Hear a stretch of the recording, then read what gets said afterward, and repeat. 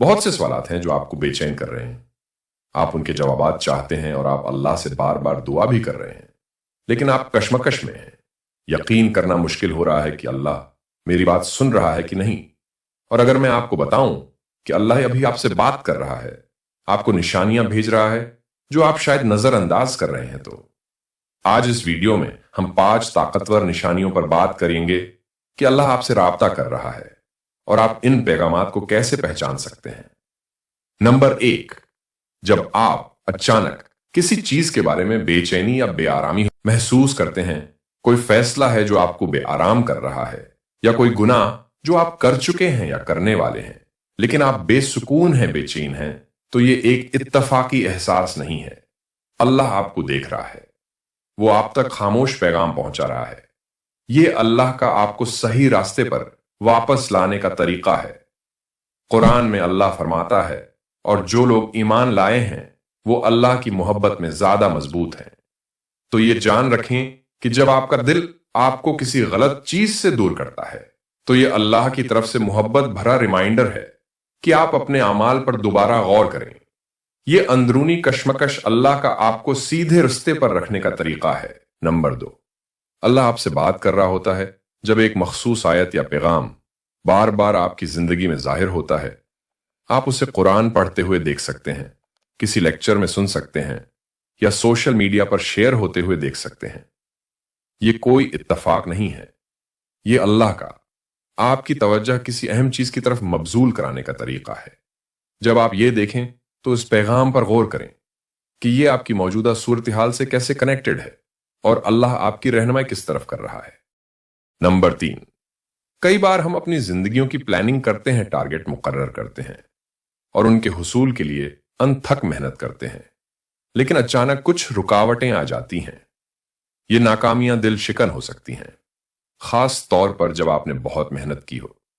تاہم یہ سمجھنا ضروری ہے کہ یہ لمحات محض اتفاقی بدقسمتیاں نہیں ہیں، بلکہ یہ دراصل اللہ کی طرف سے جان بوجھ کر دی گئی نشانیاں ہیں جو آپ کو ممکنہ نقصان سے بچا رہی ہیں۔ اللہ کی حکمت ہماری سمجھ سے کہیں زیادہ ہے، اور کبھی کبھی وہ ہمیں ان چیزوں سے بچاتا ہے جنہیں ہم ضروری سمجھتے ہیں۔ مثال کے طور پر تصور کریں کہ آپ ایک ایسی نوکری کے لیے درخواست دے رہے ہیں جسے آپ اپنے لیے بہترین سمجھتے ہیں، لیکن اپنی قابلیت اور کوششوں کے باوجود آپ کو وہ نوکری نہیں ملتی۔ اس لمحے میں یہ ایک بڑی ناکامی محسوس ہو سکتی ہے، لیکن حقیقت میں اللہ آپ کو ایک برے کام کے ماحول، تناؤ یا کسی ایسی چیز سے بچا رہا ہو سکتا ہے جو آپ کے ایمان اور ذہنی سکون کو متاثر کر سکتی ہے۔ اور کبھی جب تعلقات ناکام ہو جاتے ہیں تو یہ بہت تکلیف دہ ہو سکتا ہے۔ آپ نے اپنے جذبات، وقت اور خوابوں کو کسی میں لگا دیا ہو اور پھر سب کچھ بکھر جاتا ہے۔ لیکن ہم اکثر یہ نہیں سمجھتے کہ جب اللہ لوگوں کو ہماری زندگیوں سے ہٹاتا ہے تو وہ ہماری سزا نہیں ہوتی، بلکہ وہ ہماری حفاظت کر رہا ہوتا ہے، کیونکہ وہ تعلق یا وہ شخص مستقبل میں مشکلات کا باعث بن سکتا تھا یا آپ کو سیدھے رستے سے ہٹا سکتا تھا۔ اللہ قرآن میں فرماتا ہے، اور ہو سکتا ہے کہ تم کسی چیز کو ناپسند کرو اور وہ تمہارے لیے بہتر ہو، اور ہو سکتا ہے کہ تم کسی چیز کو پسند کرو اور وہ تمہارے لیے بری ہو۔ اللہ جانتا ہے اور تم نہیں جانتے۔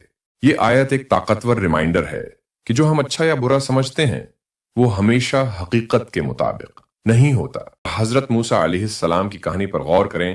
جب انہیں روکا، یعنی سمندر کو عبور کرنے سے پہلے اللہ کی رہنمائی سے اسے معجزانہ طور پر پار کرنا، ابتدائی تاخیر اس کے مشن کی نفی نہیں تھی، بلکہ ایک عظیم معجزے کے لیے اللہ کی طرف سے ترتیب تھی۔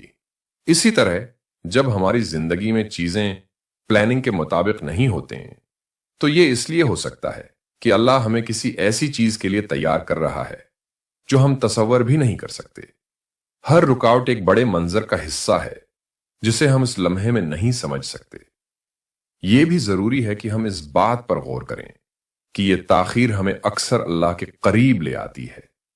جب چیزیں ہو جاتی ہیں تو ہم انہیں دیکھتے ہیں، ہمارے مطابق نہیں ہوتے تو ہم فطری طور پر دعا کی طرف رجوع کرتے ہیں، رہنمائی طلب کرتے ہیں اور اللہ پر اپنے انحصار کو بڑھاتے ہیں۔ یہ مشکلات اور انتظار کے لمحات در حقیقت روحانی ترقی کے مواقع ہیں۔ یہ ہمیں صبر، اعتماد اور اللہ کی مرضی کے سامنے سر تسلیم خم کرنا سکھاتے ہیں۔ یہ وہ خصوصیات ہیں جو ہمیں اپنے خالق کے قریب لاتی ہیں اور ہمیں اس کے ساتھ مضبوط تعلق قائم کرنے میں مدد دیتی ہیں۔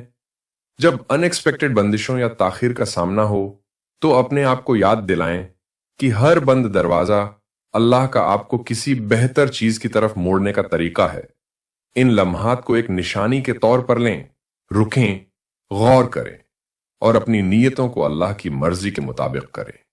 یہ ہمیشہ آسان نہیں ہوتا، لیکن ان اوقات میں ایمان کو برقرار رکھنا بہت ضروری ہے۔ اللہ بہترین پلانر ہے اور جو کچھ اس نے آپ کے لیے رکھا ہے وہ آپ کے تصور سے کہیں زیادہ ہے۔ کبھی کبھی اس کے بہترین تحفے بغیر جواب دی گئی دعاؤں یا نامکمل منصوبوں کے بھیس میں آتے ہیں۔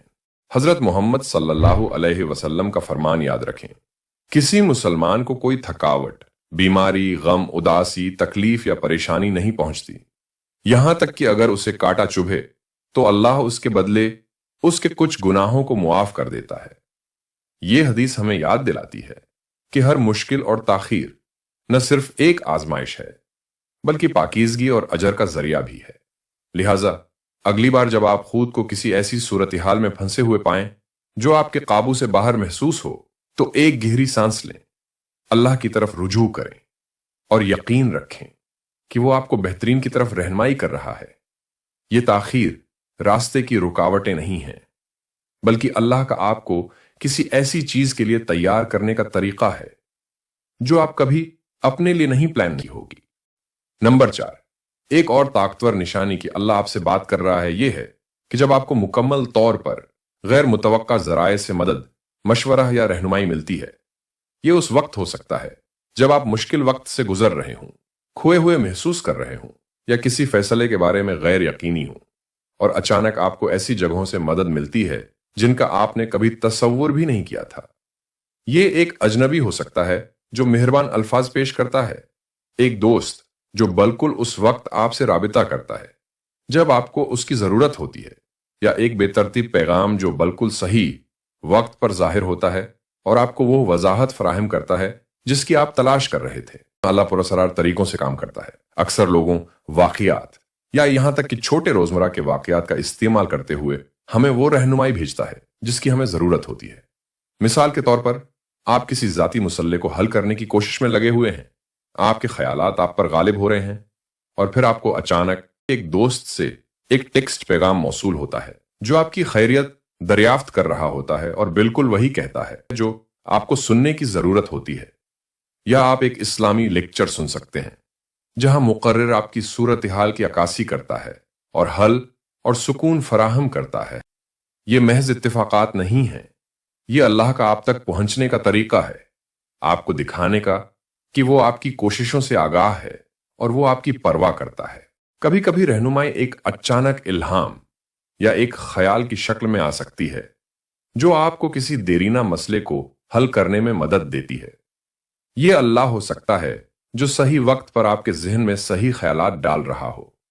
آپ کبھی کبھار کسی حدیث یا قرآن کی آیت سے بھی سامنا کر سکتے ہیں جو آپ نے پہلے کبھی نہیں دیکھی ہو، اور یہ آپ کے دل سے براہ راست بات کرتی ہو، آپ کو وہ رہنمائی یا یقین دہانی فراہم کرتی ہو جس کی آپ تلاش کر رہے ہیں۔ اللہ قرآن میں فرماتا ہے، اور جو اللہ سے ڈرتا ہے وہ اس کے لیے راستہ نکال دیتا ہے اور اسے وہاں سے رزق دیتا ہے جہاں سے وہ گمان بھی نہیں کرتا۔ یہ آیت اس بات پر زور دیتی ہے کہ اللہ کی مدد اکثر ان طریقوں سے آتی ہے جن کی ہم توقع نہیں کرتے۔ ہمیں یاد دلاتی ہے کہ ہماری مشکلات اس سے پوشیدہ نہیں ہیں۔ ان وقتوں کے بارے میں سوچیں جب آپ نے خود کو پھنسے ہوئے محسوس کیا اور اچانک ایک حل نمودار ہو گیا۔ شاید آپ کے پاس پیسے کم تھے اور ایک دوست نے غیر متوقع طور پر آپ کا پرانا قرض واپس کر دیا، یا آپ جذباتی طور پر تھکے ہوئے تھے اور کسی نے آپ کی صورتحال جانے بغیر آپ کو بالکل وہی مدد فراہم کی جس کی آپ کو ضرورت تھی۔ یہ واقعات اللہ کے اس طریقے کو ظاہر کرتے ہیں کہ وہ آپ کا خیال رکھ رہا ہے، آپ کو فراہم کر رہا ہے اور آپ کے لیے چیزوں کو آسان بنا رہا ہے، یہاں تک کہ جب آپ ہار ماننے کے قریب ہوں۔ اللہ کی مدد اکثر اس وقت آتی ہے جب ہم کم سے کم توقع کرتے ہیں۔ اور کبھی کبھار سب سے زیادہ غیر متوقع لوگوں یا حالات کے ذریعے۔ تصور کریں کہ آپ ایک ایسی صورتحال میں ہیں جہاں آپ بالکل اکیلا محسوس کرتے ہیں، اور اچانک ایک اجنبی جو شاید آپ کو جانتا بھی نہ ہو، لیکن اللہ نے انہیں اس لمحے میں آپ کی مدد کے لیے ایک ذریعہ بنایا۔ یہ یاد دہانی ہے کہ اللہ کی رحمت ہمارے ارد گرد ہے، جو دوسروں کے ذریعے کام کر رہی ہے، انہیں طریقوں سے جو ہم ہمیشہ سمجھ نہیں سکتے۔ یہ بھی یاد رکھنا ضروری ہے کہ مدد صرف مشکل وقت میں ہی نہیں ملتی، کبھی کبھار اللہ ہمیں بہتر مواقع، نئی دوستیوں یا زندگی میں مثبت تبدیلیوں کی طرف بھی رہنمائی کرتا ہے۔ یہ سب اس کے طریقے ہیں جو ہمیں بہترین کی طرف لے جاتے ہیں۔ غور کریں کہ کتنی بار چیزیں آپ کے لیے ٹھیک ہو گئی ہیں، یہاں تک کہ جب آپ کو کوئی راستہ نظر نہیں آ رہا تھا۔ یہ قسمت نہیں ہے، یہ اللہ کا منصوبہ ہے جو بہترین طریقے سے سامنے آ رہا ہے۔ یہ نشانیاں ہمیں شکر گزار ہونے اور اپنی زندگی میں چھپی ہوئی نعمتوں کو پہچاننے کی دعوت بھی دیتی ہیں۔ جب مدد غیر متوقع جگہوں سے آتی ہے تو یہ ہمیں اللہ کی طرف رجوع کرنے کی یاد دہانی کراتی ہے۔ تسلیم کریں کہ اللہ ہمیشہ آپ کا خیال رکھتا ہے، یہاں تک کہ جب آپ کو اس کا احساس بھی نہ ہو۔